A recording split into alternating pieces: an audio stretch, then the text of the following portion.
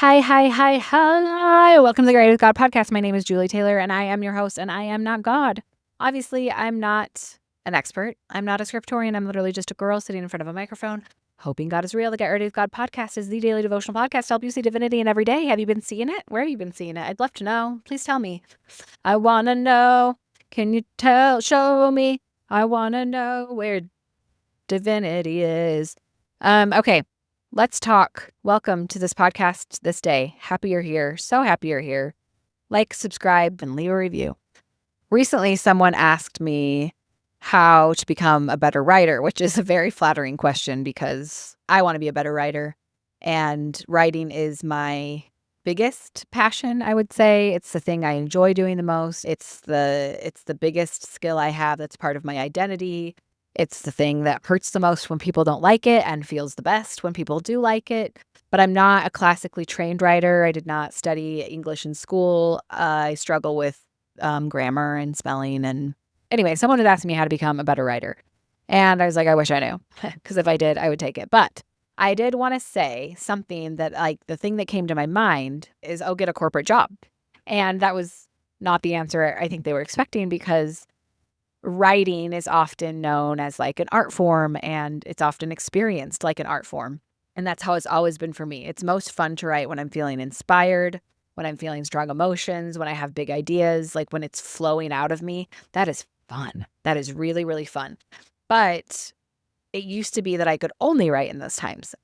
The stakes got really high, and I'd be like, I can't write unless all of the circumstances are right and unless inspiration strikes. And so when that happened and it flowed out of me, I would do it, but I couldn't really do it in between. And then I got my first like writing job where I had to write on demand all the time. And it was really, really hard for me to write on assignment and to write on demand. So when you have an assignment and a deadline, you can't really F around with, oh, I don't feel inspired today and it's not flowing. And I'm sorry, you have an assignment and a deadline, make it happen. So my jobs have always been pretty heavily writing focused, and learning to write on an assignment and a deadline has made me a better writer because it's made me stop being precious and stop overthinking and stop getting so caught up and like making the stakes so high. Like, it's not that deep, just get it done.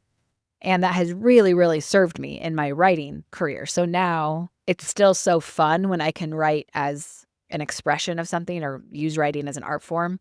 But I'm also a lot better at writing on demand and writing on assignment. And it's just become like something I've learned how to do. And that made me think about faith, because everything does. It made me think about how, when it comes to belief and faith, it's so fun when we feel inspired, when we feel really close to God, when we feel really connected. Those times of our life when we just feel like something special. I don't think that that's all of the time. I think that that is usually fleeting. I don't think it's meant to be all of the time. And so what do we do in all those times in between when it's really hard or even unpleasant? And often faith feels that way for me. Choosing to believe, for me, often feels like writing on assignment with a deadline when you're just not in the mood and you don't feel inspired, you don't want to do it. And I've learned, though, that if I create habits and choose to keep believing through those times, it becomes more of a natural inclination, and it increases the frequency and intensity of those times when I do feel connected. But I'm not always going to feel connected to God. I'm not always going to feel really tuned into faith. That's just not reality. I just saw a lot of parallels there where I think as a writer, I used to think that I was only able to write when I was inspired and it was flowing and it was something really powerful and passionate. And I think I applied the same things to faith, where I could only believe when I was feeling really inspired and it was really powerful and it was really beautiful. And all of those other times in between became evidence of like, well, I guess it's not true. I guess it's not real. I guess that didn't exist. Where I actually think that that's just really a normal flow of life, ups and downs, ebbs and flows in faith, and creating habits and choices around sustaining faith in between those peaks can really result in something quite powerful, and consistency in faith and choosing it when you don't feel like it.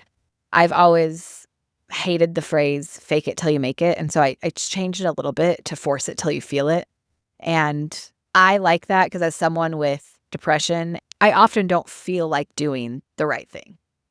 I don't often feel like I have told this story a few times over the years, and it's a heartbreaking story for me, but it also, I think, illustrates this point of when my children were little. I had 3 kids under 5, and I had severe postpartum depression, and I was really not okay, and just the demands of 3 small children living across the country with no friends or family or network nearby. I eventually built one, but it was really, really challenging, and I wanted my kids to feel loved, and I knew that I did love them, but showing love was not something that came automatic to me, and so there was a phase of my life where I set like a love alarm on my phone, and there would be alarms that would go off throughout the day, and when they went off, I would remember to go show love to one of my children. I knew the outcome that I wanted, and so I put the love alarms in place, and it became a habit, and I forced it till I felt it. And so what became a forced action and a forced habit evolved into, I believe, me becoming a more openly loving person and doing it more naturally and feeling it more naturally.